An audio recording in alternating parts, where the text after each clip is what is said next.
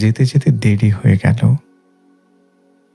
আর একটু আগে যেতে পারলে হয়তো থেকে যেত, থেকে যেত দু একটা আধুলি। নিজের বলতে হয়তো থেকে যেত একটা জীবন্ত নদী, নদীর ধারে একটা ঘর।